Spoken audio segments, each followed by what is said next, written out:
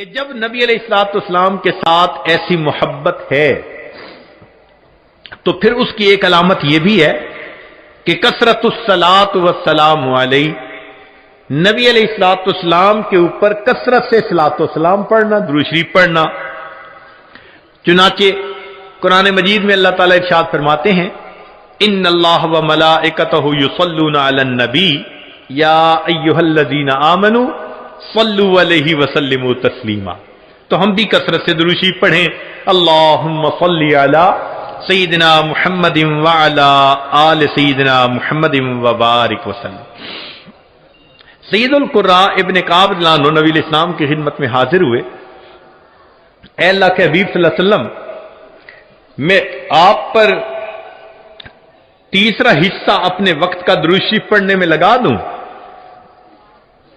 نبی علیہ السلام نے فرمایا تو زیادہ کرے گا تو تجھے زیادہ فائدہ ہوگا۔ اے اللہ کے حبیب صلی اللہ علیہ وسلم، میں 2/3 حصہ درود شریف پڑھا کروں؟ نبی علیہ السلام نے فرمایا زیادہ پڑھے گا تو زیادہ نفع ہوگا۔ انہوں نے کہا اے اللہ کے حبیب صلی اللہ علیہ وسلم، پھر تو میں پورا وقت ہی آپ پر درود شریف پڑھوں گا۔ قال، نبی علیہ السلام نے اس کے جواب میں فرمایا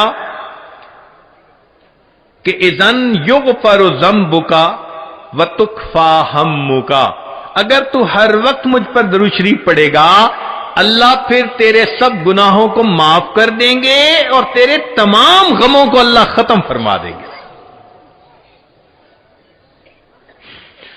عمر بن خطاب رضی اللہ عنہ فرماتے تھے الدعاء والصلاۃ معلق بین السماء والارض، دعا اور نماز آسمان اور زمین کے درمیان معلق رہتی ہیں، فلا یصعد الی اللہ منہ شیء حتی یصلی علی النبی صلی اللہ علیہ وسلم، یہ اس وقت تک اوپر قبولیت کے لیے نہیں جا پاتی جب تک کہ ان میں نبی علیہ السلام پر درود شریف نہ پڑھا گیا۔ اسی لیے ہر دعا سے پہلے بھی درود شریف پڑھنا چاہیے، بعد میں بھی پڑھنا چاہیے۔ نبی علیہ الصلوۃ والسلام نے ارشاد فرمایا الدعاء بین الصلاتین لا یرد، کہ 2 درود شریف کے درمیان جو دعا مانگی جاتی ہے اس دعا کو رد نہیں کیا جاتا۔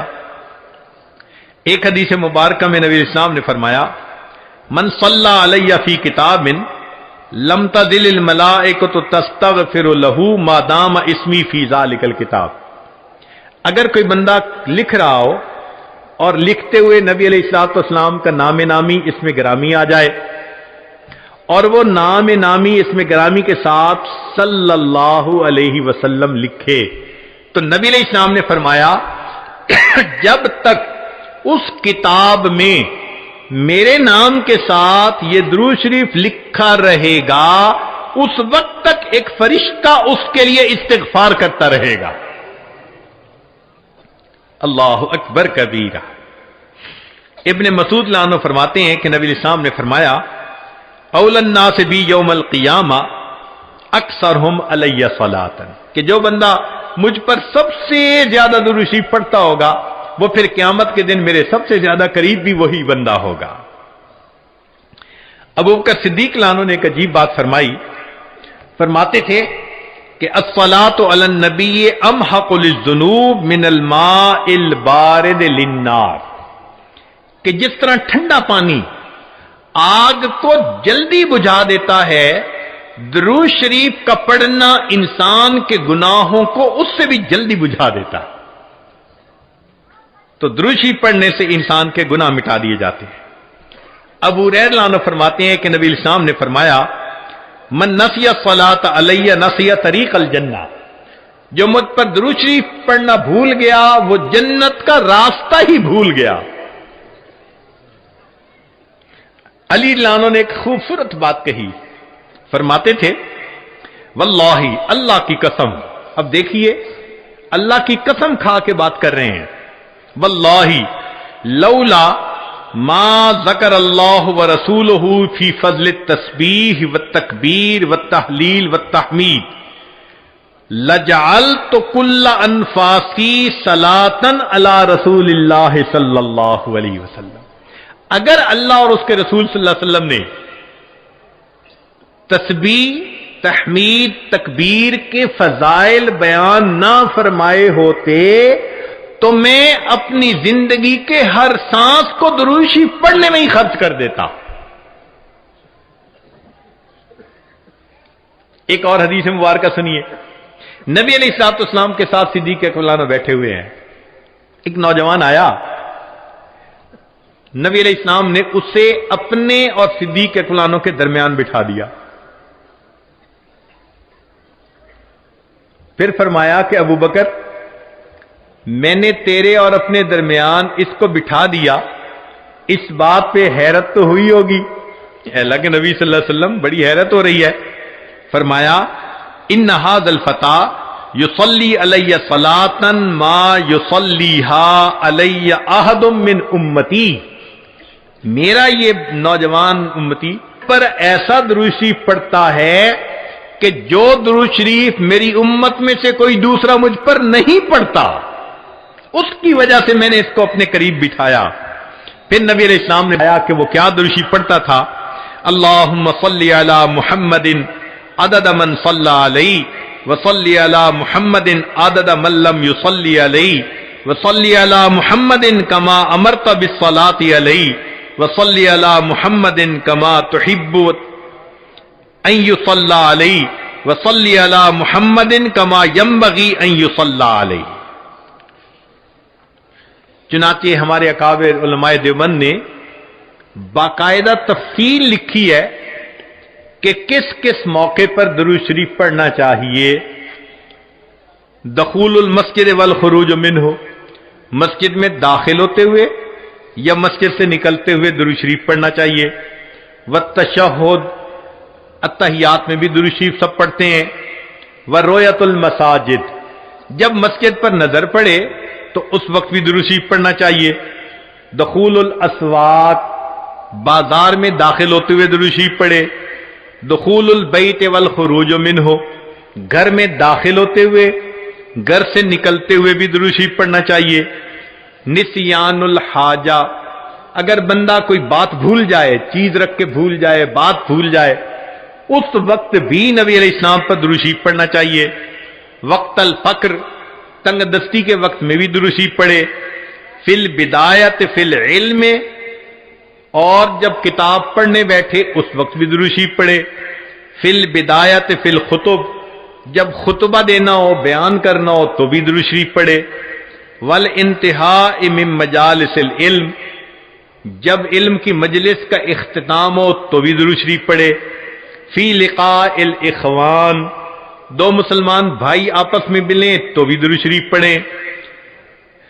فی موادعتہم و مفارقتہم, پھر مدارستاً حدیث نبوی, نبی علیہ السلام کی حدیث مبارکہ جو پڑھائی جائے تو اس وقت بھی درود شریف پڑھیں. عند تذکرتہ صلی اللہ علیہ وسلم, نبی علیہ السلام کا جب تذکرہ ہو تو درود شریف پڑھے. عند ذکر اصحابہ, حتیٰ کہ نبی علیہ السلام کے صحابہ کا تذکرہ ہو اس وقت بھی درود شریف پڑھے. عند ذکر شیء من معاصرہ, نبی علیہ السلام سے نسبت رکھنے والی کوئی یادگار چیز کا تذکرہ ہو تو اس وقت بھی درود شریف پڑھے. عند دخول المدینہ, مدینہ طیبہ میں داخل ہوتے بھی پڑھے. اور عند المرور علی قبرہ صلی اللہ علیہ وسلم, جب نبی علیہ السلام کے سامنے حاضر ہو مواجہ شریف پر تو اس وقت بھی درود شریف پڑھے. درود شریف کے فوائد کیا ہیں, کچھ دیر یہ بھی ذرا سن لیجئے. فرمایا انہا سبب لہدایت المصلی وحیات قلبہ, درود شریف کے پڑھنے سے دل زندہ ہوتا ہے اور پڑھنے والے کو اللہ ہدایت کے اوپر رکھتے ہیں. انہا سبب لزیادت محبت رسول اللہ صلی اللہ علیہ وسلم, درود شریف کے زیادہ پڑھنے سے نبی علیہ الصلوۃ والسلام کے ساتھ زیادہ محبت بڑھ جاتی ہے. انہا سبب لزیادت محبت العبد لرسول اللہ صلی اللہ علیہ وسلم, جو درود شریف زیادہ پڑھتا ہے اس بندے کی محبت نبی علیہ السلام کے قلب مبارک میں بھی زیادہ ہو جاتی ہے.